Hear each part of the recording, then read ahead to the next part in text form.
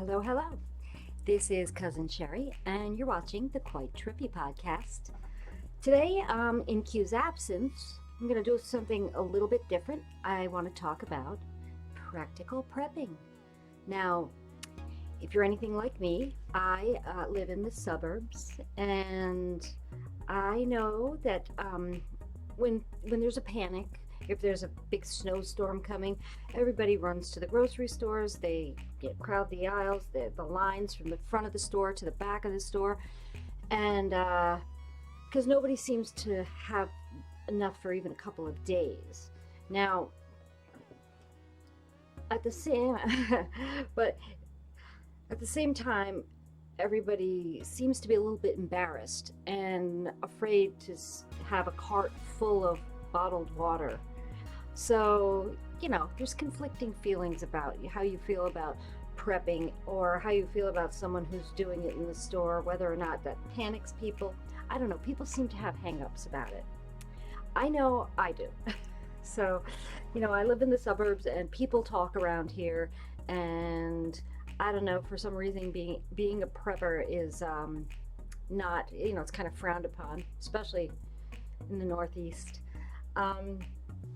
So I'm not embarrassed to do this on YouTube. I just wanted to talk about practical prepping, little at a time. I know with the coronavirus, people are actually going there. There were no packs of toilet paper. There's no hand sanitizer in the grocery store.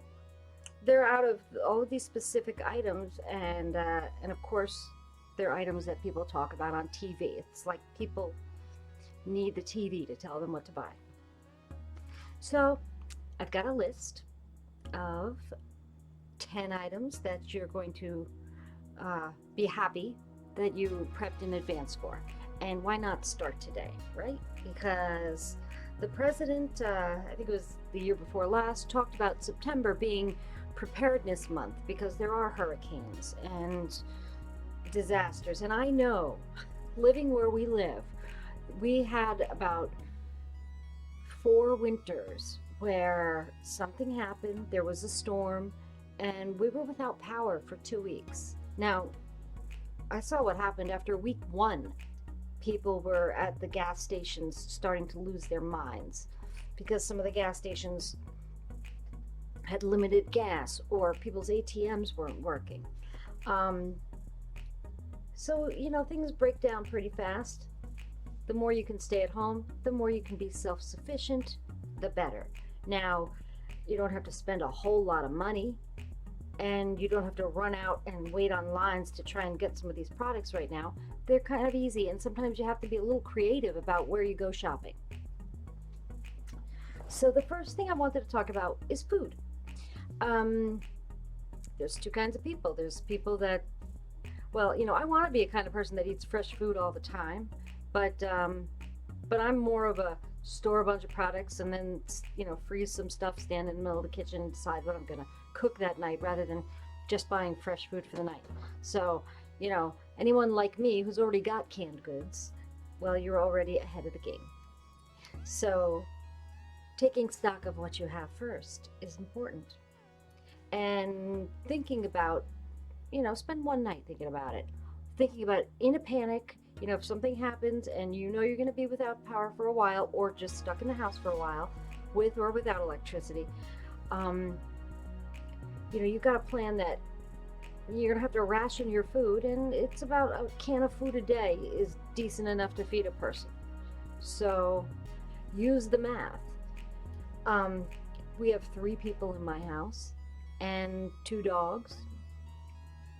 So, I even have to plan a little extra for the dogs.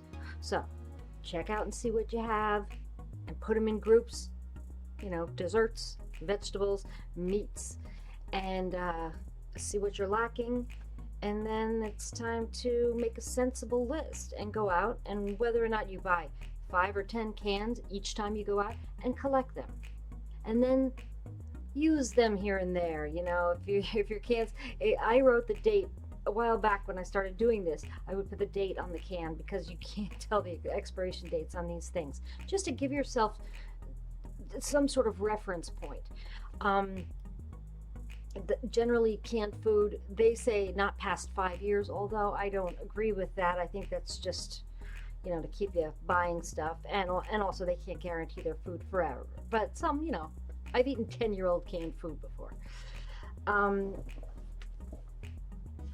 And if your grocery store is running low, the other option for this kind of for shopping is Amazon. I have an Amazon Prime account and I use Amazon Pantry. Now, I couldn't think of a better service. I don't want to use Amazon all the time, but in this case, for this coronavirus thing, I really wanted to get my canned goods and everything nice and stocked up, so we had at least a month's worth of food. And I just, people are like, what kind of food can you get that's canned, that can actually satisfy a person's hunger?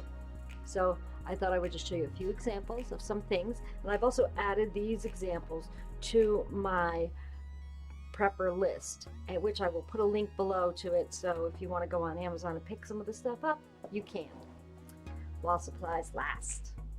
Now, let me pause this. Okay, so you got your standard stuff with canned food. You got your tuna fish, they even have chicken salad. But the thing that I saw most asked about was other canned meats. I don't have an example here, but Spam, it's not great, but it's Spam. And they have bacon flavored Spam. I know my husband likes to fry it, bacon flavored Spam, and it's not terrible. It would be my choice, for a meal at a restaurant, but hey, this is an emergency situation. Why are you complaining? Now, I found this, and maybe I'll do some future videos of us actually eating this stuff. This is made by a company called Armour, and it's roast beef with gravy. So I bought it because it's, packed full of calories, and it wasn't too bad. I think it was like $10 for 4 cans or something like that. Another example of something very hearty and canned, corned beef hash. Giant can, too. So you got that. And then they have all these this kind of stuff that, I'm not big on canned food, so I didn't know they had these kind of meals. It's like a pasta with meat sauce and tender beef with mashed potatoes and gravy. So they have all this stuff, and they have it on Amazon. You can buy it in bulk, and just like those MREs, the ready-to-eat meals that they use in the military or for camping, just like that. Easy storage. Set aside a place in a closet or something and put the food away and don't even think about it. So that's your food. But it does say, take the time, set a little bit of time aside and look at your food situation. The second is, what's your water situation like? Now, I know people that have public water, people in the cities have quite a different problem, which is why ultimately I think people would end up leaving the city in any sort of big emergency situation, because if the water stops flowing, you're kind of, it's a bad situation. And I know city places are smaller, hard to store water. Now I have a pool. I have a pool which could be used, because around here we have well water. It could be used to flush toilets. It could be used to, the pool water can be used for washing. And so I don't have to worry about storing the kind of water. When they say a person needs 2 gallons of water per day, that's kind of how you're supposed to plan. I don't have to plan for that. I only have to think about the drinking part. Having safe drinking water, which I think you can cut that 2 gallons in half to 1 gallon, and that would be all the food you're using to drink, to add to meals, to cook them, and to brush your teeth. The rest of the water would be the water that you're using from outside in a stream or a lake, close lake nearby. And you could put a little bit of bleach in to clean it up. But definitely water is right up there with food. In fact, it should be number one on the list. And you can also buy on Amazon a couple of things like tablets that purify water. They have straws that have a carbon filter in it, so supposedly you can get some water from a nearby mud pile, and you can drink it with the straw, and the water would come through and filter all the other stuff out. I've never tried one of them, but I do have them. Let me see, what else was there with water? So the unfortunate thing is storing water, but there are those great 5-gallon containers that you can pick up a couple of those at any grocery store. They have them at every grocery store, or every time I get a grocery delivery, I order a couple of flats of plastic bottles of water. I know it's not the best thing having a bunch of plastic bottles, but we have enough, and I make sure that I have enough for a good while's worth of drinking water for 3 people. The next thing, one other thing with the water and there's another item on my list, on my preppers list, is having a 5-gallon bucket. Now, this is something my neighbor who's in the Army introduced me to, and having a bucket filled with water and with a little bit of bleach, like a cup of bleach in it, and usually there's rags and stuff in that water, and it kind of serves the purpose every day of, it saves you money on paper towels, it helps you clean everything from your dishes to any surfaces, and staying clean is number one priority in this situation, because once you get a buildup of dishes or a buildup of anything that's dirty, if you don't have electricity, you don't see it. So cleaning up after yourself right away is so essential. Okay, I guess that's it for the water situation. And that was number 2 on the list. Number 3 is batteries. Because batteries power everything, it's essential that you just take stock of your battery situation and maybe order a couple of packs of them, and look at all of your devices that you have, if you have flashlights or little, funny lights that just light up, but things that will actually shed light or give you a night light. Look at everything, your remote controls, and try to buy a bunch of different types of batteries for the items that you have.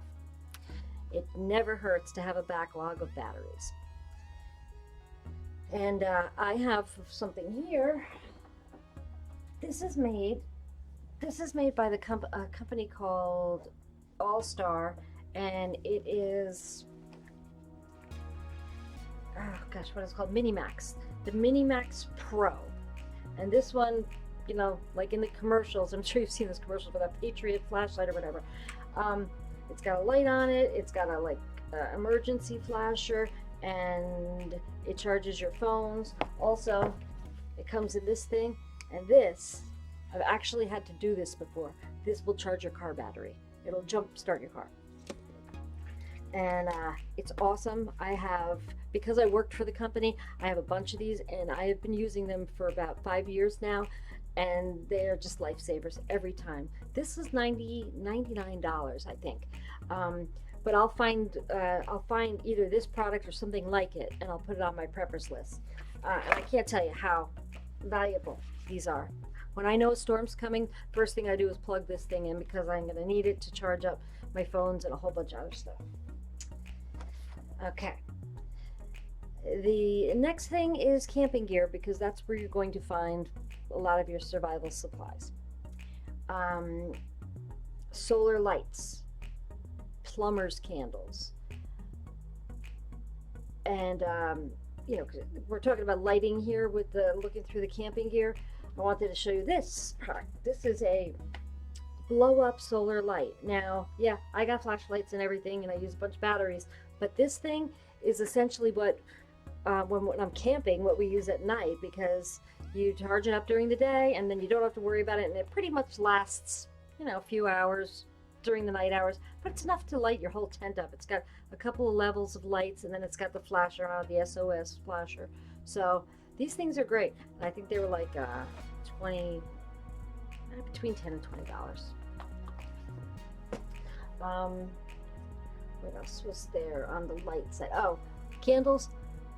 A lot of times stores are out of candles. Goodwill. Goodwill always has a ton of candles. So I would check there because not a whole lot of people look in there. But also in like CVS or something like that, they usually have plumbing supplies, and those 8-hour plumbing candles, they're thick and they're like, you know, this long, and they do last 8 hours. Hence the name. Okay. The next thing, okay, well, I have this on my list because I know some military people who swear by it, and while I haven't tried it yet, I think that especially in this coronavirus situation, it might be helpful, although I'm not a doctor and I cannot, you know, this is opinion only. I've got, like I said, other people swear by it, but boron, which is in borax. Now, apparently there's some antiviral properties to it, and the people that I know that are in the military make a solution of a small amount of it to a gallon of water and drink a little bit every day. Boron, like salt, is an element, or like sodium, and there's a whole big thing which I would ask you to look up, the borax conspiracy. And we all know when people use the word conspiracy that it probably means it's true.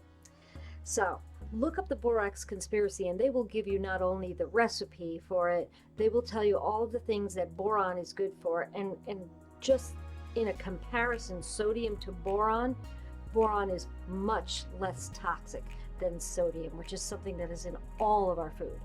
So I've got it on my preppers list, and I've got a few boxes of it, and a box will last you a long, long time. But if it's got something antiviral in it, you know, I'm willing to try it, I guess. So the next thing will be a different segment that I'm doing on masks. So here's me talking about masks.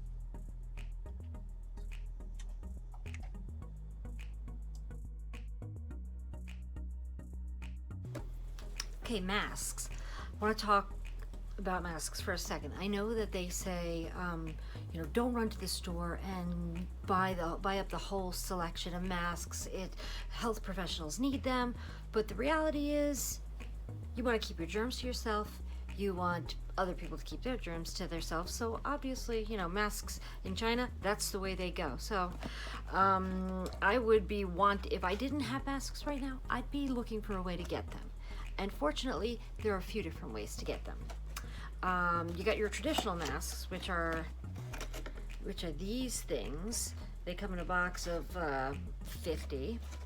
So, and these are available. Any surgical supply. So, you know, rather than just going to CVS, going to the one place that's not going to have any, try the surgical supply stores. Try, well, I know they have stacks and stacks of them in the emergency rooms, but I'm not saying go steal them from an emergency room.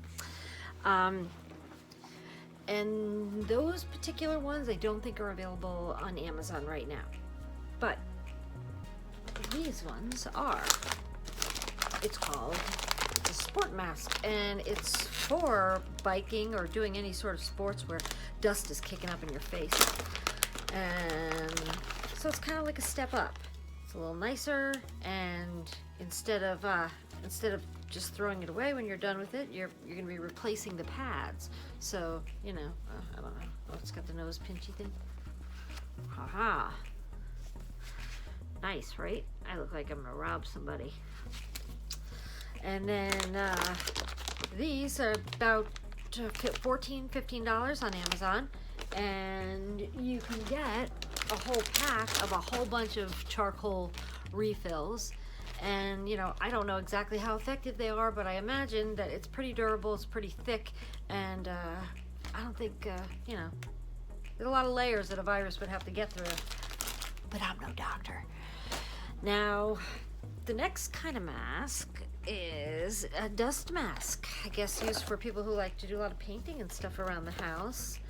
Got a little respirator thing on it, and it comes, this one comes in a pack of 30, and they are definitely more durable than the masks, those little cheap masks. And these I think ran for about $20 for the 30 masks on Amazon. They come in little packages. They've got, I don't want to open this one up, but it's got a little respirator on it, and it's got, oh, one of my fingernails fell off. Okay, that's the wrong thing. Okay, but yes, so these are nice. These are nice, and they're not bad. Amazon Prime, or get Amazon Prime because there's a lot of free shipping that you're gonna get. But yes, I got these, and they're still available. Last time I checked, you might have to wait a couple of days, but having them doesn't hurt. The next kind of mask, now we're getting into, you know, the respirator things. That these are what people use. This I found out in my garage. Somebody, I guess, was using it when they were painting or spray painting or something like that. But that's some heavy duty stuff if you have to go into a crowd or anything. So these, I believe, are like 20-25 bucks in Home Depot. I do think that you might have a problem finding these, but Amazon might still have them. And they come with bonus goggles. And last but not least, and I am not telling anybody, I got these masks right after September 11th. I freaked out a little bit. I got into a little prepping mode and went to an Army Navy store and got this job. Yes. I think it's called an Israeli gas mask. And just putting it on, the rubbers, the smell of the rubber is disgusting. But it comes with canisters that, you know, kind of go on the end there. And you're fully protected, and you will scare everybody in your neighborhood. So those are the different masks that are available. And like I said, you know, people are talking about there being no masks in any store. Try to get a little creative. Have you been to an Army Navy shop? Have you tried Amazon Prime? Okay, so that's it for masks. Okay, well, I hope you enjoyed my segment on masks. I recorded that yesterday. Okay, so I was talking about boron before. That's in my section, vitamins and medicine. Whatever prescriptions that you take, it's a good idea to buy them in bulk. It's cheaper that way anyway, and you can buy them 3 months at a time. But if you have prescriptions that you need to get every single month, I spoke with my doctor about the problem, and they were willing to prescribe me more. They were willing to work with me on it, like prescribe me more so that I'd have extra, so that after a few months I can build up a supply for a time when I couldn't get in touch with my doctor. Now that takes a little planning ahead, but you know, I think doctors right now might be open to it. I know mine was. And vitamins. There's a lot of vitamins out there. There's a lot of things that people are really good for you, and there's a lot of these magic cures that I think you should look into. I mean, everybody's got their boron, their magical thing out there.